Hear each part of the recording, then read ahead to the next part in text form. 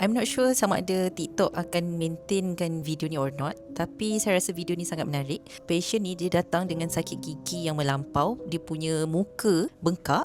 So bila kita jumpa masalah gigi dia tu, memang ada gigi yang berlubang sampai dah bernanah. So kita advisekan dia untuk cabut gigi lah. So dalam video ni saya dah pun cabut gigi dia. Tapi apa yang tak sangka adalah dia punya nanah yang terperangkap dekat hujung akar tu keluar membuak-buak selepas gigi tu keluar. Okay, so kalaulah korang perasan ada satu warna kuning yang keluar yang menunjukkan itu adalah nanah yang tersimpan dekat bawah gigi tu. So that's why lah patient rasa sakit sangat-sangat sebab nanah tu dia dah terlalu banyak and dia tak ada tempat nak keluar. Bila gigi dicabut, so nanah tu macam wow, I'm happy I can go out now.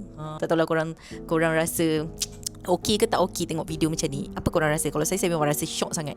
Picit sampailah akhirnya yang warna-warna kuning tu dia dah stop.